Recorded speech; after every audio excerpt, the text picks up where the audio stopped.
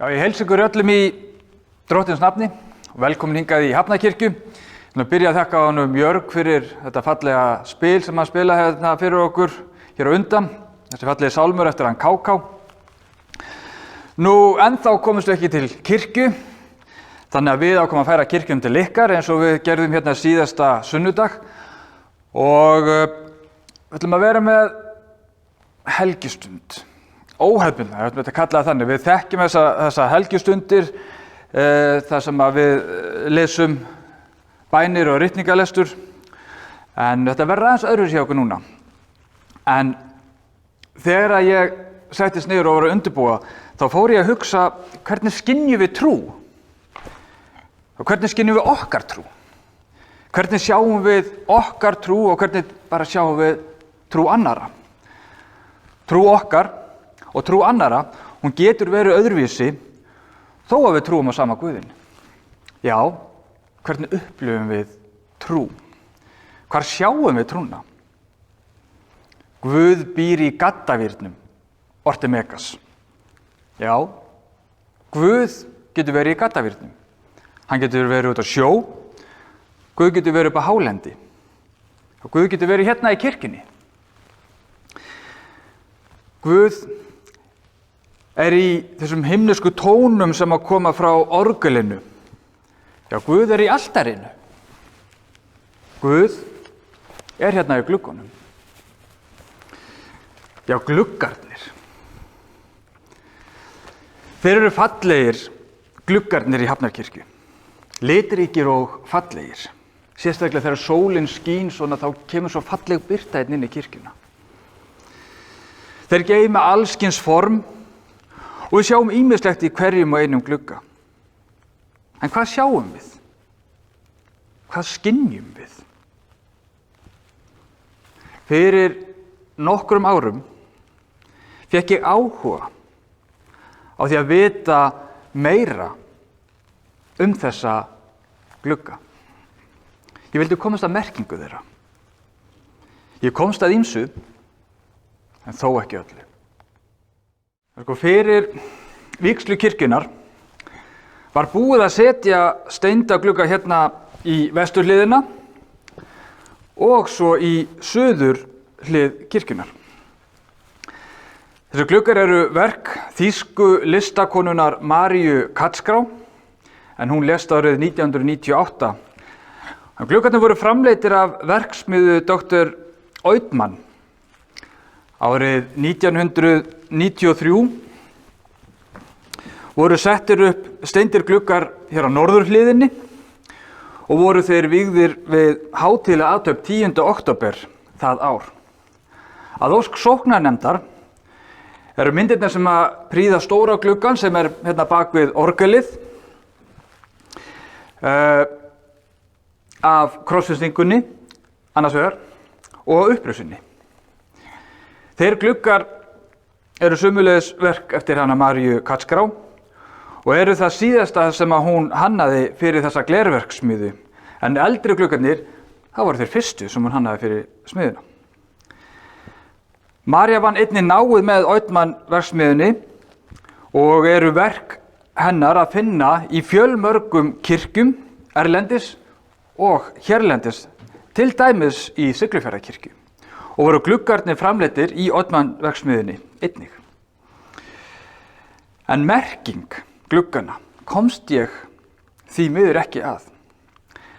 Nema þetta stóru gluggarnir, eins og ég sagði hér áðan, að krossfestingunni og upprisunni.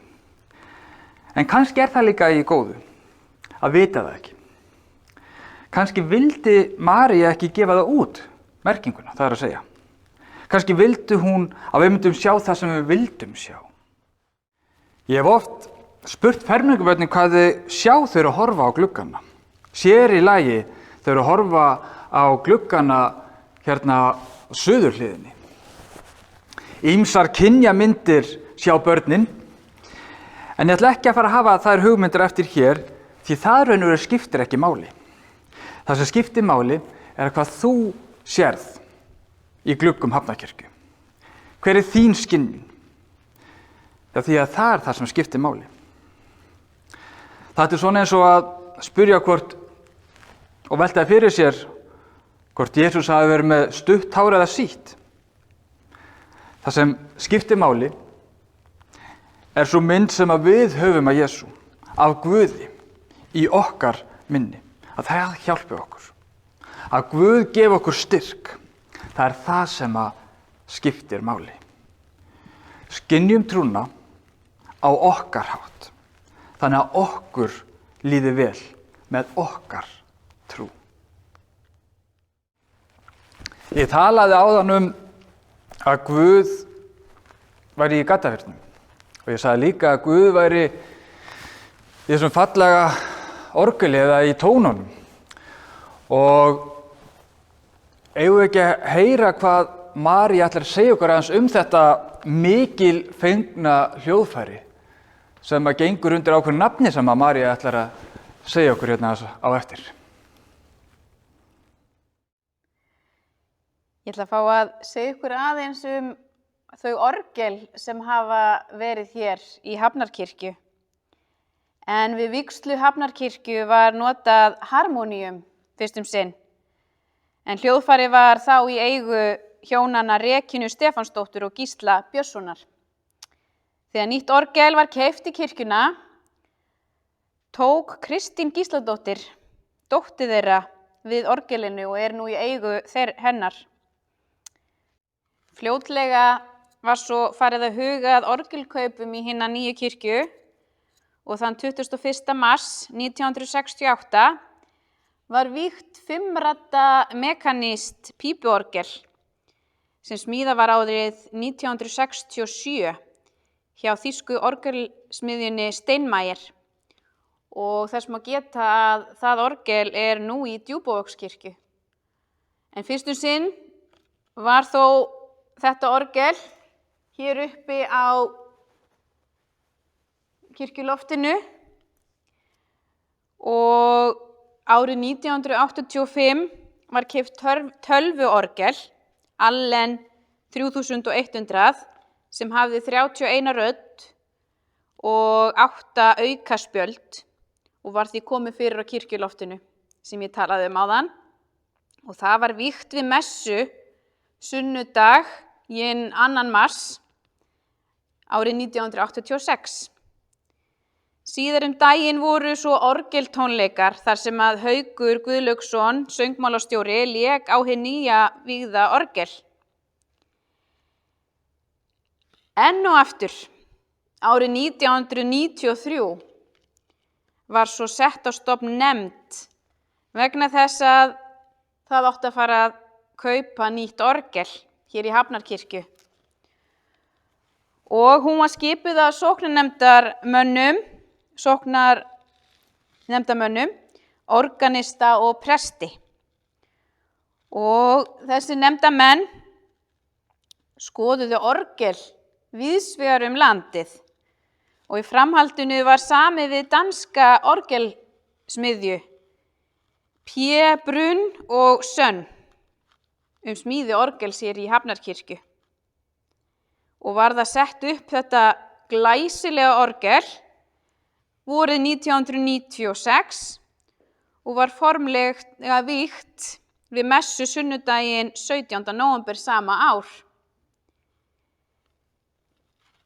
Og þá var leið, ef við komum því líka að, þá var leið minnst 40 ára afmælis kirkjunnar.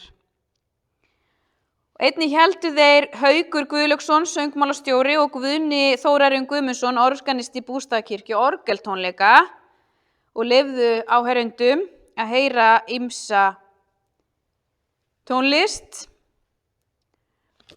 Svo þau gátu nú sýnt hvað þetta fallega hljóðfæri, drottning hljóðfæranna, hafði upp á að bjóða.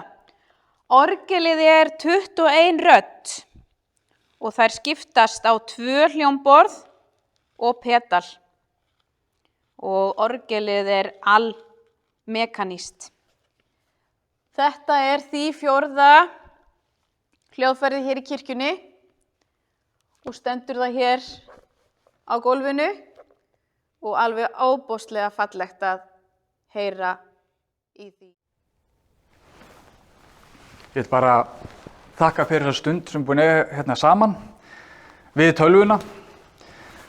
Nú, við ætlum að reyna að halda þessu eitthvað áfram að vera með svona stundir hérna gegnum netið á meðan þessu ástandi stendur, þannig að endilega fylgist vel með, bæði á þessum samfélagsmiðlum sem við erum með og einnig á heimasíðun okkar og náttúrulega gerast áskrifandi af síðun okkar á YouTube.